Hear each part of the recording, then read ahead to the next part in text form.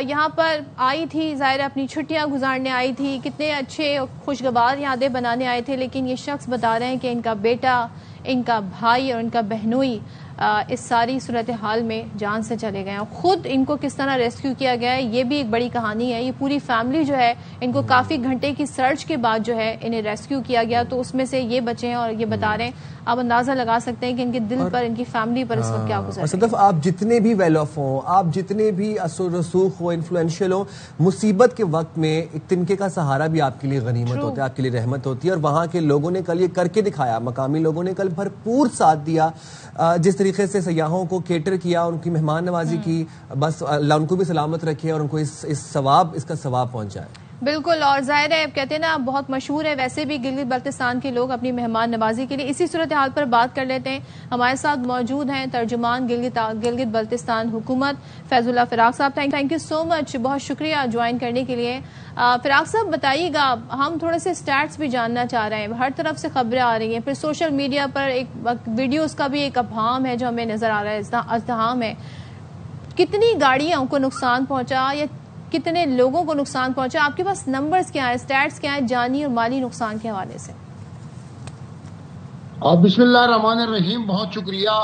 اس وقت گلگت بلتستان بھر میں گزشتہ دنوں جو کیفیت بنی تھی وہ انتہائی انفارچونیٹ اور افسوسناک تھا، کیونکہ اس طرح کی توقع نہ ایکسپیکٹ تھا ماحول سے، نہ اس طرح کے بارشوں سے اس طرح ہوگا یہ توقع تھی. ماضی میں بھی شاہراہ بابوسر کے اوپر سیلابی ریلے آتے رہے ہیں، لیکن ایسے کبھی نقصان نہیں ہوا تھا. گزشتہ دنوں بہت انفارچونیٹ جس طرح آپ نے دکھایا یہاں پہ کہ جس طرح کا ہوا ہے بابوسر کے اوپر، بہت دل ہلا دینے والا اور ناقابل بیان ہے. اس میں چونکہ گلگت بلتستان بھر میں بارشیں ہوئی تھی، ضلع سکردو میں، گھانچے میں، بلتستان کے علاقوں میں، دیوسائی میں لوگ سٹک ہو کے پھنسے تھے. ضلع گدر کے اندر تباہی آئی تھی. استور کے بلند کے مقام پر سیلابی ریلوں نے اپنے لپیٹ میں لیا تھا علاقے کو، ایک کیجویلٹی بھی رپورٹ ہے. اس کے علاوہ ضلع دیمر کا ایک علاقہ ہے، تھور کا علاقہ، وہاں پہ اب رات کو سیلاب آئے، لوگوں کو بہت بڑا نقصان ہوا، ایک مسجد بھی شہید ہوئی. اس کے علاوہ گلگت کے علاقہ ہے دنور کے مقام پر بھی تباہی پھیل گئی، دریا کا بہاؤ بڑھ گیا، لوگوں کا نشیبی علاقوں میں کافی زمینوں کا نقصان. اور سب سے بڑا جو افسوسناک واقعہ ہوا شاہراہ بابوسر کے اوپر ہوا، جہاں اچانک 5-6 جگہوں سے سیلابی ریلوں نے گاڑیوں کو، جو ٹورسٹ گاڑیاں تھیں، ان کو لپیٹ میں لے لیا. 15 سے 20 گاڑیاں جو ہے ان سیلابی ریلوں کی نظر ہو چکی تھی. تو گورنمنٹ آف گلگت بلتستان نے، افواج پاکستان نے، خاص کر گلگت بلتستان اسکاؤٹ نے، وزیر اعلیٰ گلگت بلتستان حاجی گلبر خان صاحب کی ہدایات کی روشنی میں ڈیزاسٹر مینجمنٹ، ذیلی انتظامیہ، پولیس اور جتنے بھی ادارے تھے وہ متحرک ہو کے وہاں ریسکیو آپریشن شروع کیا تھا. اس میں 15 سے 20 گاڑیاں اس کی زد میں آ چکی تھی، اور 200 سے 250 جو ٹورسٹ تھے شاہراہ بابوسر کے اوپر مختلف مقامات بلاک تھے جہاں پہ وہ پھنس چکے تھے.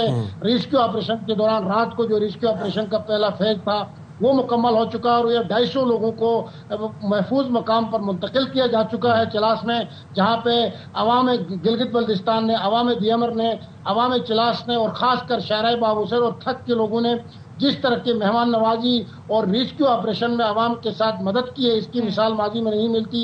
یہ ایک روشن مثال ہے مہمان فیض اللہ نوازی صاحب، کی. جو افیکٹیز تھے، جو سیاح پھنسے ہوئے تھے، ان کو پھر بازیاب کر کے سیف جگہوں پر منتقل کیا گیا ریسکیو کر کے، ان افیکٹیز کو اپنے جو ان کے علاقے تھے وہاں پر پہنچا دیا گیا ہے سیفلی. اینڈ سیکنڈلی ہم دیکھ رہے تھے کہ شدید نقصان پہنچا گاڑیوں کو، وہیکلز کو، کچھ سیلابی پانی میں بہہ گئیں، کچھ کو لینڈ سلائڈنگ سے نقصان پہنچا.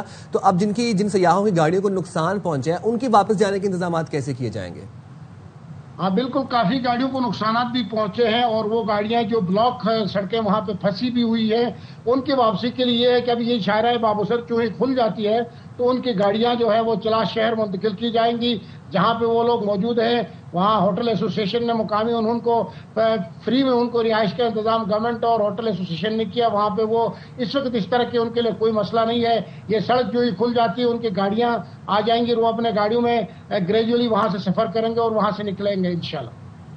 اچھا، ایک چیز بتائیے گا، یہ جو بابوسر ٹاپ کا علاقہ ہے وہ شارہ کے پی تک بھی جاتی ہے، پھر آپ لوگوں کی طرف ظاہر حدود شروع ہو جاتی ہے، تو ایڈوائزری کیوں نہیں جاری کی گئی کہ بھائی یہ ایسا علاقہ ہے، یہاں پر اس وقت یہ سچویشن ہے اور یہ چوتھا اسپیل ہے مانسون کا، اس سے پہلے والا بھی تباہ کنی تھا، یہ زیادہ تباہ کن ہے، تو روکا کیوں نہیں گیا لوگوں کو آنے سے، سیاحوں کو آنے سے؟ یہ جو شاہراہ بابوسر ہے یہ کراکرم ہائی وے کا متبادل ہے، اور گرمائی موسم میں خاص کر